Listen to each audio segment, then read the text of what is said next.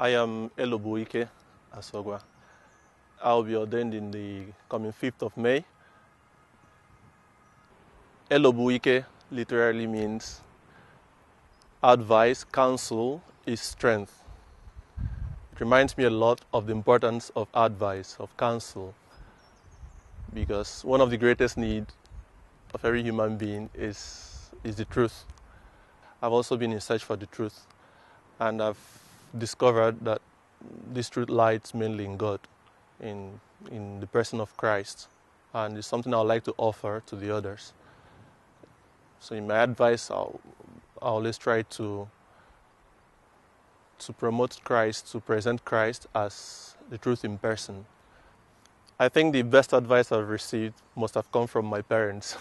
And I think it has to do with being available to be able to serve the others, to look for ways of doing good to the others. And it's what I've been trying to do. Of course, the best good I could offer is to bring people closer to God. It's something that has also helped me a lot, and I'd like to share with the others. First of all, it's a thing of joy to be called to the priesthood. Before now, I've been searching as an adolescent to follow God's will wherever He led me. I've answered God's call by searching for sanctity in my ordinary everyday things according to the teachings of St Josemaria. And recently God wants me to be a priest, and it's something I want to do joyfully. So I'll say rather it's a motive of thanksgiving. I'm really eager to obey God's call in this.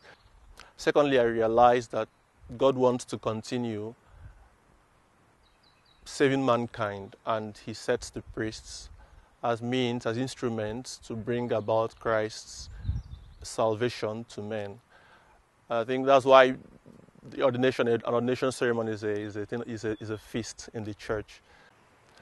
I have a brother who is a diocesan priest, and I think to have 2 priests in the family is a thing of joy, surprise though, because God doesn't look at anyone's merits before calling him. I think now, since we are brothers in the priesthood as well, we'll mutually help each other. He will help me and I will help him. And we also depend on the prayers of many people in order to fulfill our calling. But also it makes me think that we have a lot to offer, we have a lot to give for what we've received, because as Jesus said, to him whom much is given, much is expected from him. Well, my being in Rome, or my being several years, both in Spain and in Rome, studying philosophy and theology, I think has offered me an opportunity to really see how big the church is and how universal the church is. And on going back to Nigeria, I would like to unite people to the heart of the church, to the Pope, who is Christ's vicar on earth. And I think by being very Nigerian, one as well can be very Roman and very universal. And I think it's something that I've learned being here in Rome. I like to be Christ to people who also came for the poor, for the needy. In my country, there are a lot of people in need. And I think apart from material solutions one could offer, the best consolation people can receive is to understand that God has not abandoned them. God is still with them. People believe this, and I think that's why Nigerians are known for very happy people.